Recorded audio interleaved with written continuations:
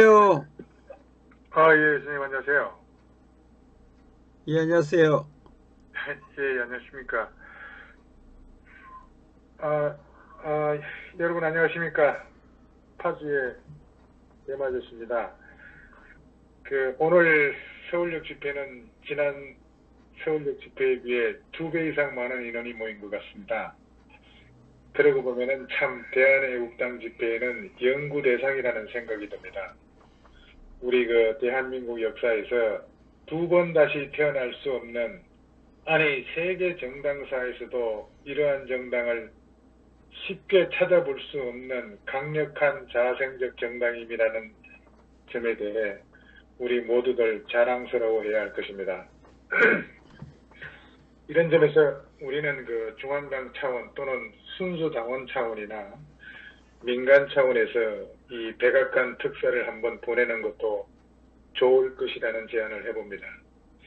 과거 박정희 대통령 시절 지미 카터 미국 대통령이 한반도 미국 철수를 결정하자 민간 차원의 기독교 인사들이 여러 차례 백악관 문을 두드려 카터의 결정을 번복했던 일이 있었습니다. 지금 우리가 해야 할 일들이 지난 시기와 성격은 다를지 모르지만 위기의 대한민국을 구하는 데 지성을 모아야 할 시점이 아닌가 생각합니다. 워싱턴 줄리엣님을 비롯한 미국의 애국동지 여러분, 지혜를 한번 모아주시면 감사하겠습니다. 그리고 오늘 멀리 진안에서 오신 김 선생님, 그리고 우리 파주 애국동지분들 함께해서 반가웠습니다. 그리고 오늘 집회를 마치고 광장시장에서 뒤풀이를 하고 있을 때 조원진 대표님과 집행부 일행들이 함께 들어오셔서 짧은 시간이었지만 건배를 하기도 했습니다. 이제 귀가해서 기억력이 집중될는지는 모르겠지만은 또 저를 기다려주시는 애청자님들을 위해 한 말씀 드리겠습니다. 오늘은 미국 정상회담의 향방에 대한 내용입니다. 존 볼턴 백악관 국가안보회의 NSC 보좌관 임명으로 미국의 방송들은 외교안보 전문가들을 초청해 북한과의 전쟁 가능성을 토론하기 시작했습니다. 이러한 배경에는 볼턴은 전쟁이란 등식이 성립할 만큼 그 이름이 갖는 상징성이 크기 때문이라는 것이죠. 사실 볼턴과 마이크 폼페이오 국무장관 내정자는 현대 미국 역사상 가장 강경파로 이루어진 외교 안보팀이라 할 수 있습니다. 실제 일부 상원 의원은 트럼프가 전시 내각을 성공적으로 완성했다고 했고, 완성했다고 말하고 있는 것을 보면은 심상치 않게 돌아가고 있다는 느낌을 강하게 받을 수밖에 없지 않습니까? 이 볼턴에 대해 갖는 전쟁의 가능성은 과거 이라크전에서 출발하고 있습니다. 조지 W. 부시 행정부 초기 국무부 국제안보 담당 차관과 이 군축 담당 차관을 볼턴이 지냈고, 차관 시절에는 북한 이라크, 이란을 악의 축으로 규정하고 초강경 정책을 주도했기 때문이죠. 이 볼턴은 그때 이라크 침공을 공개 지지했고, 또 미국은 실제로 침공을 단행했습니다. 그리고 북한과 이란, 리비아, 시리아에 대한 군사 행동도 줄기차게 주장해 왔기 때문에 이제 전쟁이 현실화되는 거 아닌가라는 생각을 지울 수 없게 되는 거죠. 이 볼턴은 NIT와의 인터뷰에서 부시 행정부의 대북관에 대한 질문을 받자 이 탁자 위에 놓인 책, 다시 말해서 북한의 종말이라는 책을 들어보이면서 이게 우리의 정책이다 라고 말했다는 점에 주목할 필요가 있다고 저는 생각합니다. 2005년 부시 전 대통령이 볼턴을 유엔 주재 미국 대사로 지명했을 땐 볼턴의 상사였던 아마 여러분들 기억하고 있으시겠습니다만은 콜린 파월이라고 하는 이름 많이 들어보셨을 겁니다. 전 국무장관조차 볼턴의 그 대사 지명에 반대하는 입장을 그 비밀리에 전달했다고 하죠.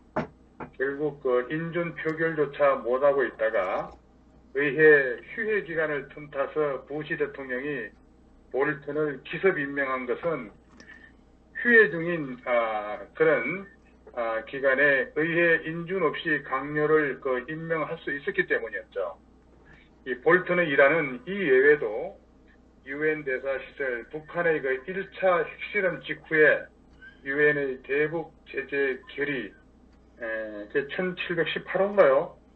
1718호 통과를 주도했고 당시 그 결의안 채택에 반발해서 그 박길연이라는 유엔 주재 북한 대사가 회의장을 그 박차고 나갈 때 그 볼턴이 박 대사의 빈 의자를 향해 삿대질을 하면서 북한을 유엔에서 축출해야 한다고 비난한 장면은 그 유엔 외교관들 사이에서도 유명하고 아마 그 우리 방송에서도 자주 보도되었기 때문에 우리 그 애국 동지 시청자 여러분들께서도 이 사람이 그 사람이구나 라는 생각이 이제야 될지도 모르겠습니다.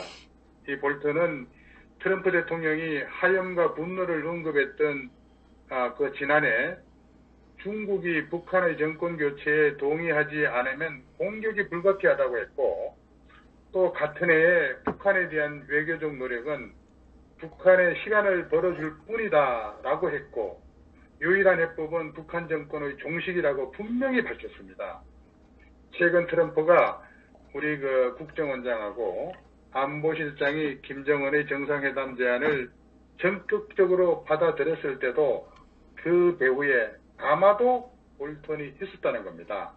이것은 미국이 김정은과 정상회담을 결정한 것은 최대한 빨리 북한의 의도를 파악해야 한다는 볼턴의 권고 때문이라는 말들이 거의 현실화되고 있는 것입니다. 이 볼턴은 얼마 전에 자유아시아 방송과의 그 인터뷰에서 이런 얘기를 했습니다. 리비아가 핵무기를 폐기하고 미국 테네시스주 안보 단지 창고에 핵물질을 보관한 것과 비슷한 협상을 해야 한다고 언급한 것은 미국하고 북한하고 정상회담에서 북한의 시간 벌기 꼼수를 허용하지 않겠다는 것이고 허튼 의도가 감지가 된다면 선제 공격이 이루어질 수도 있다고 한 것입니다. 제가 볼 때 그러나 볼턴이 폭스 뉴스에 출연해서 내가 그동안 한 발언은 지나간 일이라고 하면서 중요한 것은 대통령이 하는 말과 내가 그 사람에게 하는 조언이라고 한 것은 아마도 제가 느낄 때 전술적 속내를 드러내고 싶지 않은 의도적 발언이 아니었을까 이렇게 생각을 합니다. 우리는 그 지난 25년간 어설픈 압박과 회유로 김정일, 김정은의 간만 키워줬습니다. 더불어 좌파 정권의 퍼주는 배포만 키워준 것입니다. 이번 기회에 김정은의 버르장머리는 어찌 잡는지 남녘의 어설픈 종북이들은 어떻게 다루어지는지 똑똑히 보여주기를 기대합니다. 우리는 볼턴의 임명을 환영합니다. 트럼프의 미국이 북계를 다룰 전략 방향은 더욱 선명하지 않습니까? 국제정세가 예정된 수순으로 들어가고 있습니다. 한국이 취할 길은 승리하는 쪽에서 붙어서 피해를 최소화하고 승리의 과실을 공유하고 누려야 하는 것인데 문가 정권은 패배가 예정된 쪽에 평생의 신념으로 붙는 쪽이라 우려스러운 거죠. 강경파 호전적인 것은 김정은이고 볼턴은 이성적인 것이죠. 비핵화는커녕 시간만 끌고 있는 남북한이 미국에게 선제 공격 외엔 다른 선택을 주지 않고 있습니다. 25년간 속았는데 또 그 속을 볼턴이 아니라는 것입니다. 그 참사의 피해는 우리 민족이 지고 가야 할 것입니다. 볼턴이 폭스뉴스 인터뷰에서 한 말을 주목해 보세요. 북한 정권이 거짓말하고 있다는 증거, 그들의 입술이 움직이고 있다는 사실만으로도 충분하다고 했습니다. 대화, 회담은 아무 의미가 없고 명분을 위한 절차에 불과한 것이라는 볼턴이 본질을 가장 정확하게 깨뚫고 있다고 보는 것만, 이것이 저희 생각만일까요? 우리 보수 우파는 볼턴의 발언과 정책을 보면 통쾌하기 이를 데 없습니다. 똥이 더러워서 모두들 피해가고 엎어버리고 쏟아내버려야 할 썩은 물을 달래고 구슬러려는 작태를 보이는 것은 잘못된 것입니다. 지금의 안보실장, 국정원장, 외교부 장관 모두 교체해야 볼턴과 대화가 될 것입니다. 북치고 장구치던 문정권의 험난한 앞날이 걱정됩니다. 이제 미국은 김정은을 제거하고 북한의 핵관련 기지 그리고 시설을 폭격하여 폭파하는 것으로 결론이 난 것 같습니다. 작두에는 세 가지 종류가 있습니다. 개작두가 있고 호작두, 용작두. 개작두는 일반용이고 호작두는 기종용입니다. 용작두는 황종용이죠. 어떤 작두를 사용해야 할지는 미국의 포청천, 폴턴의 결정에 달려있다고 저는 생각을 합니다. 그리고 지난 며칠 전 이 핀란드 헬싱키에서 남북미 회담이 있었죠. 여기서 그 북한의 외무성 누굽니까? 최강일인가요? 최강일 외무성 이 국장 직무대행이 북한은 5월 미국과 북한의 정상회담을 앞두고 제재 압박을 유지 중인 미국의 의도를 의심하면서 회담 성사 여부를 확신하지 못하고 있는 것으로 확인되었습니다. 조미 순회상봉이 잘 될지 모르겠다. 남조선 정부가 중간에서 애써달라고 했다는 내용들이 전해지고 있습니다. 이는 북한이 한국 요구에 따라서 미국과 북한 정상회담을 제안하기는 했지만은 실제 미국이 수락할 가능성은 낮게 본 거죠. 미국이 정상회담을 수락한 뒤에도 최대 압박 기조를 유지하니까 지금 김정은이 당황하고 있는 거 아니겠습니까? 북한은 정상회담에 관해서는 일체 보도를 하지 않고 있습니다. 이제 본색을 드러내면서 연일 미국의 제재 압박을 비난하고 있습니다. 노동신문은 오늘도 제재를 계속 유지하겠다는 것은 대조선 적대 정책을 처리하지 않겠다는 것이라고 주장하고 있어요.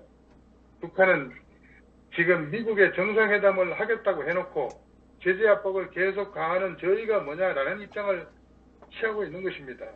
여기서 청와대는 할 말을 잃고 당황하고 있는 거 아닐까요? 그러니까 북한은 개성공단 재개 카드를 들고 니들이 자주적으로 추진하든지 아니면 미국의 동의를 구하든지 일단 개성공단 재개 협상이라도 당장 해보자고 압력을 가하고 있지 않나 생각되는 거죠. 이제 김정은이 초조하고 불안하다는 것은 최근 이라크 사태를 부쩍 자주 거론하고 있다는 겁니다. 이것은 최근 트럼프 행정부의 대북 정책이 과거 이라크전 직전 상황을 연상시키고 있기 때문입니다. 미국은 대량 살상 무기 제거를 명분으로 이라크를 공격하기 전에 강력한 경제 제재를 가하고 이라크 인권 문제를 들고 나왔습니다. 뿐만 아니라 노동신문은 리비아 사례도 지금 들먹이기 시작했습니다. 북한은 지금 리비아의 가다피하고 이라크의 사담 후세인의 종말을 분명하게 기억하고 있습니다. 과연 가다피가 핵무기를 가졌다면 그런 종말을 맞았을 것인가에 대한 반면 교사로 보는 게 아닐까요? 김정은의 불안감은 대북 초강경파 존 볼턴이 지명되면서 더욱 증폭되고 있는 거 아니겠습니까? 트럼프가 적절한 시기에 절묘한 인사를 한 거죠. 실제 이번 헬싱키 회의에서도 북한은 미국 강경파의 목소리가 커지는 게 얼마나 큰 걱정이었겠습니까? 북한은 시간을 끌며 핵무기를 포기하지 않고 정전협정을 폐기하고 평화협정을 체결하는 것이 최상의 전략 아니었겠습니까? 그러나 그것은 어디까지나 환상에 불과한 것이죠. 지금 우리는 미국 사이에서 펼친 아슬아슬한 중매 외교가 지금까지는 그럭저럭 먹혔지만은 만약 미북 정상회담이 무산된다면 한국은 양쪽의 신뢰를 모두 잃을 수 있다는 것을 무리하지 않을 수 없습니다.